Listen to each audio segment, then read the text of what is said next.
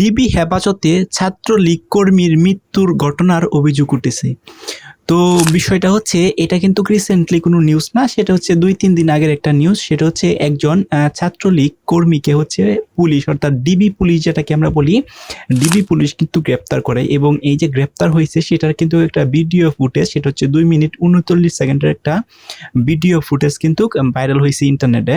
এবং সেখানে দেখা যায় যে ছাত্রলীগ কর্মী ছিল, ওনাকে ডিবি খুঁজতেছিল এবং এক পর্যায়ে ওই ছাত্রলীগ কর্মী হচ্ছে তার বাড়ির পাশে, অর্থাৎ রাস্তার পাশে, ভিডিওতে যেরকম দেখা গেছে সেটা হচ্ছে বাড়ির রাস্তার পাশে হচ্ছে উনি দাঁড়িয়ে ছিল এবং একটা সাদা মাইক্রোবাস এসে এবং সেই মাইক্রোবাস থেকে সাদা পোশাক পরা ডিবি পরিচয়ে কয়েকজন লোক তাকে ধরে ডিবি হেফাজতে নিয়ে যায়।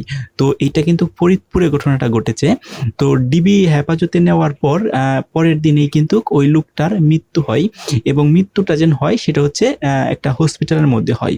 এখন ডিবি তুলে নেওয়ার পর যেহেতু ওনার মৃত্যু হয়েছে, তার মানে হচ্ছে এটাই কিন্তু একটা নিউজটা যেন আছে সেটা কিন্তু আবারও ভাইরাল হয়ে গেছে, যে এখানে নিউজ হচ্ছে যে ডিবি তুলে নেওয়ার পর একটা ছাত্রলীগ কর্মীর মৃত্যু হয়েছে। এখন ডিবি থেকে যে নিউজটা দেওয়া হয়েছে, যাবে যেটা বলা হয়েছে সেটা হচ্ছে যাকে তুলে নেওয়া হয়েছিল তাকে কোনো মারধর করা হয়নি এবং ডিবি হেফাজতে সুন্দরভাবে রাখছিল, তার গায়ে কোনো হাত দেওয়া হয়নি। কিন্তু তার নাকি মানসিক সমস্যা ছিল এবং কিছু ইন্টারনাল প্রবলেম ছিল।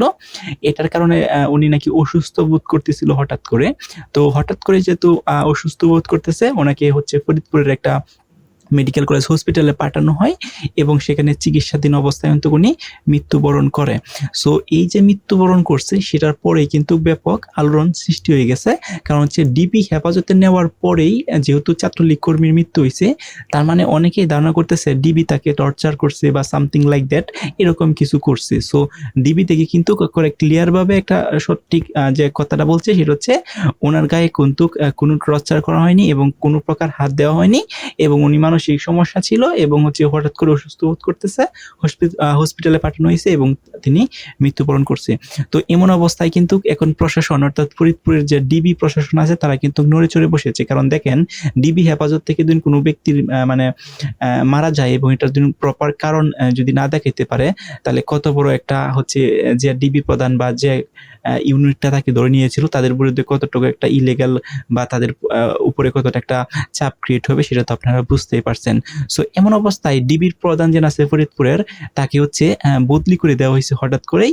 এবং এই যে বদলি করে দেওয়া হয়েছে সেটা হচ্ছে প্রশাসনিক কারণ দেখিয়ে, ফরিদপুরের ডিসির স্বাক্ষরিত একটা সাইনে বলা আছে যে প্রশাসনিক কারণ দেখিয়ে ডিবির ফরিদপুরের ডিবির প্রধান আছে ওনাকে সরিয়ে দেওয়া হয়েছে।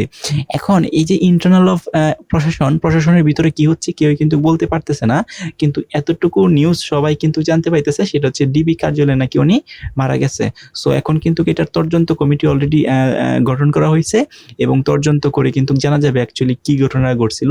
ডিবি তাকে হত্যা করছে, ডিবি তাকে কি টর্চার করছে কিনা, নাকি উনি হচ্ছে মানসিক রোগী ছিল, হঠাৎ অসুস্থ বোধ করে মারা গেছে, এরকম একটা তদন্ত কমিটি অলরেডি গঠন করছে। এই তদন্ত করার পর কিন্তু সবাই জানতে পারবে অ্যাকচুয়ালি ঘটনাটা কি হয়েছিল। সো আপনাদের মতামত কি, কমেন্ট করে জানান।